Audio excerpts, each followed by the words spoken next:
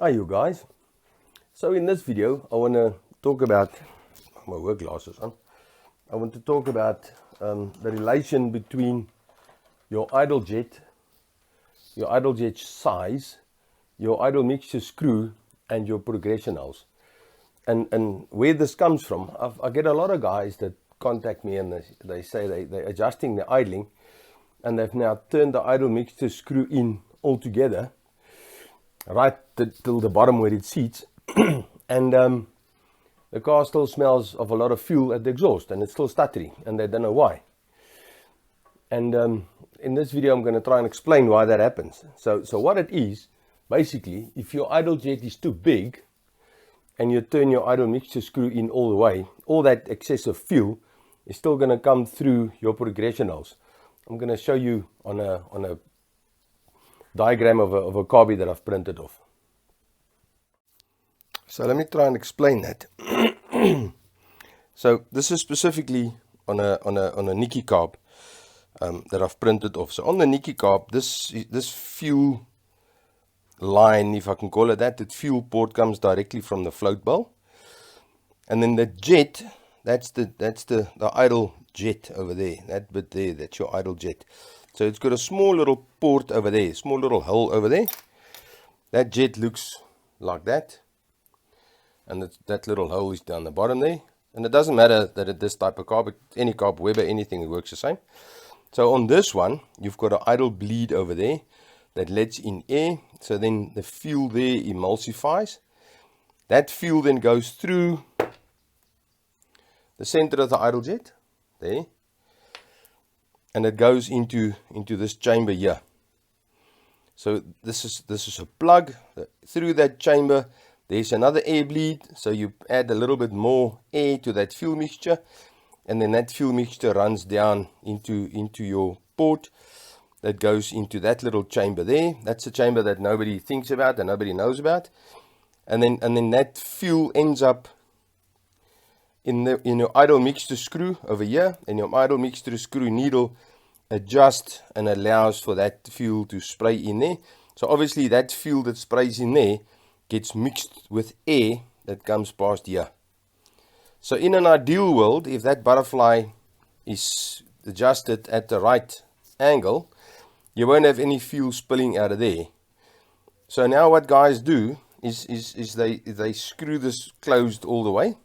And once you screw that closed all the way, effectively your car should die if that butterfly is at the correct angle, because you're not giving it any fuel. But if your idle jet is, if that hole there is too big and you're letting through too much fuel, you're going to spill a lot of fuel in here and it's going to fall out of there. And now your idle is very rich, and because your idle is very rich, you're opening this butterfly, and then and it's now idling more rich because you're now more in the progression holes, and I'll show you that on a carby.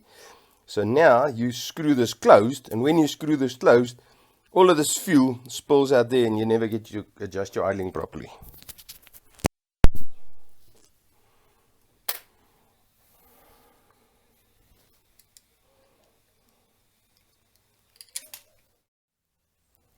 So a good example of the progression holes spilling fuel, and I'm hoping my phone will stay in focus. You can see there where the fuel is actually washed that clean. That's the idle mixture screw hole.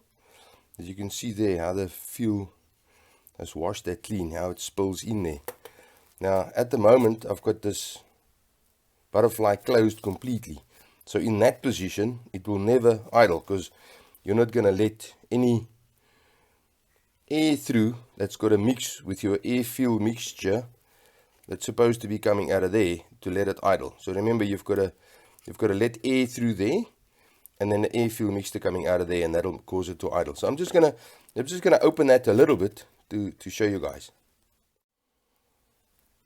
So I've opened the butterfly a little bit. You can see there, if my phone will focus properly, you can see there I made a little mark on the choke there with my scribe just now, and you can see from that mark till there it's open probably about 1 millimeter, And you can clearly see there that that progression hull is open already. So that would already let fuel through there with your idle mixture screw. And if you now start opening the throttle a little bit, you can see we're now exposing the other progression hulls, which will then also spill fuel through. So when you close the idle mixture screw, and I'll do that quickly, give me a second. So I've now turned the idle mixture screw in all the way. You can see it's poking out there. And this is where I get a lot of guys that say, but they've closed the idle mixture screw altogether, but it's still idling reach. And it will, because you've now closed that hole. There's too much fuel there because your idle jet's too big. And the fuel is now coming through that progression hull. And it's starting to flood. And as it's starting to flood, you want to open up your throttle plate a little bit more. And as you open your throttle plate more, you're now spilling more fuel through there, causing it to flood even more.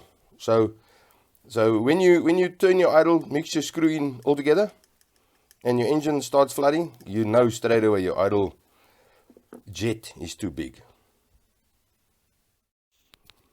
So I really hope that makes sense. Just something to add.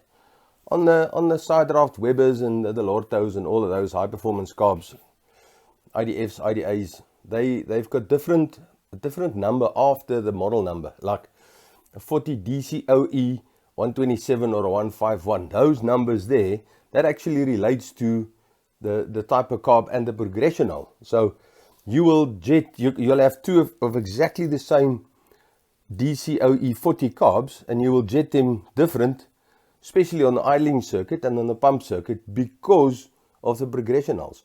Because some of them has got more progression hulls, others has got less, others has got bigger ones, others has got smaller ones. So, you know, those progression hulls and the size of your idle jet, we always just need to keep that in mind when it comes to idling. Anyway, I hope this helps someone. Be safe out there.